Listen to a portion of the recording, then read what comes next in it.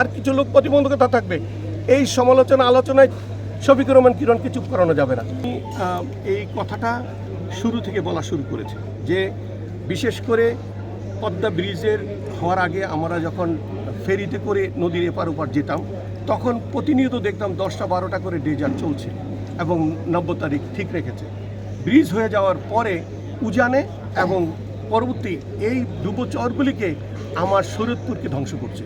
এবং সরকার যখন আমাদের মন্ত্রী যখন এসেছিলেন, প্রতিমন্ত্রী, পানি সম্পদ প্রতিমন্ত্রী, তাকে আমি বলেছি এই ব্রিজের নিচে যে চরটা আছে এইটা আমাদের শরীয়তপুরের নদী ভাঙার প্রথম অন্তরায়।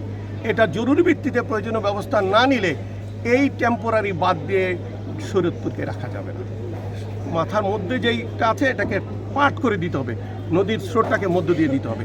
তাইলেই কেবল স্রোতটা মধ্যখান দিয়ে গেলে আমাদের জাজিরা থেকে আরম্ভ করে একদম চাঁদপুরের টোটা পর্যন্ত আমাদের এলাকাটা সেফ হবে। এবং আমি মনে করছি এবং এটা খুব সুন্দরভাবে আমাদের পানি সম্পদ মন্ত্রী এবং আমাদের প্রশাসন এটাকে গ্রহণ করেছেন এবং তারা খুব দ্রুত প্রস্তুতি নিচ্ছে। আপনারা জানলে খুশি হবেন, আমরা 3-4টা প্রজেক্ট নিয়ে দৌড়াচ্ছি। একটা প্রজেক্ট হয়েছে কাছিকাটা, আপনারা নদী ভাঙার জন্য ব্যবস্থা নিচ্ছেন, সেখানে ডাম্পিং হচ্ছে। আরেকটা স্টেশন বাজার, আরেকটা বেড়াচাক্কিতে প্রায় 15 কোটি টাকা বরাদ্দ হচ্ছে। সুরেশ্বরের ঘাট, সেখানে প্রায় 5 কোটি টাকা বরাদ্দ হচ্ছে। আর নপাড়া চড়াটা একদম কাছিকাটা বর্ডার হয়ে পার্মানেন্ট বাদ দেওয়ার জন্য প্রায় 1200 কোটি টাকার প্রজেক্ট প্রস্তুতি নিচ্ছে।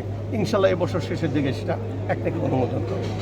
এবং নড়িয়া, সখীপুর, জাজিরা, পালং, জাজিরা এবং নড়িয়া সখীপুরের এই অংশকে আর নদী ভাঙতে দেবো না ইনশাআল্লাহ। শুধু ওখানে নদী ভাঙন না, মাছের উৎপাদনের জন্য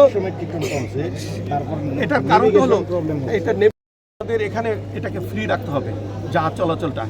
এটার জন্য আমাদের উজান থেকে, ব্রিজের উজান থেকে আরম্ভ করে একদম চাঁদপুরের মোহনা পর্যন্ত যদি এটাকে ক্লিয়ার না করা হয়, প্রতি বছরে ড্রেজার দিয়ে যদি মাটি অপসারণ না করা হয়, একসময় এখানে নৌপথের চলাচল বন্ধ হয়ে যাবে এবং এর ব্যয়ভার অনেক গুণ বাড়বে ইলিশের উপর।